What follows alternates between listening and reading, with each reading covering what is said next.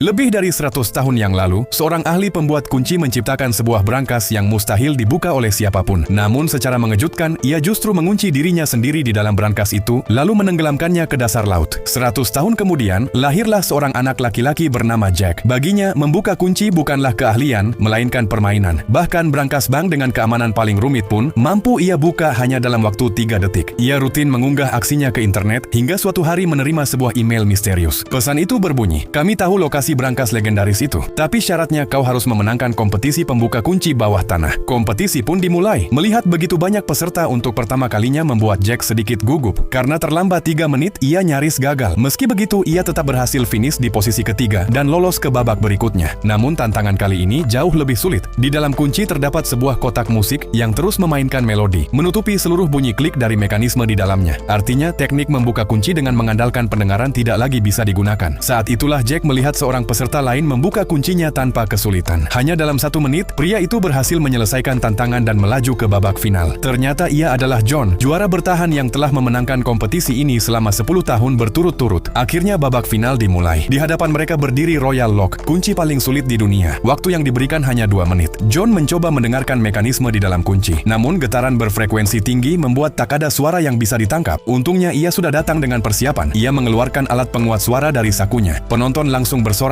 yakin gelar juara akan kembali menjadi miliknya. Sementara itu, Jack tetap tenang. Ia hanya meletakkan telapak tangannya di pintu brankas. Sorakan penonton menciptakan getaran halus yang merambat ke pintu, dan melalui sentuhan itu ia mulai membaca mekanisme di dalamnya. Waktu terus berjalan. Kini hanya tersisa 1 menit, dan Jack masih belum bergerak. Semua orang mengira ia sudah menyerah. Namun tiba-tiba ia mulai memutar kuncinya. Hanya dalam 7 detik, ketiga penguncinya berhasil dibuka. Saat pintu brankas terbuka perlahan, lahirlah raja baru dalam dunia pembuka kunci. Usai dinobatkan sebagai pemenang, Jack langsung menemui panitia dan bertanya di mana lokasi brankas legendaris itu. Namun ternyata mereka juga tidak mengetahuinya. Mereka hanya menyerahkan hadiah $1 juta lalu memintanya pergi. Namun kisah ini baru saja dimulai. Keesokan harinya, seorang wanita misterius tiba-tiba muncul di hadapannya.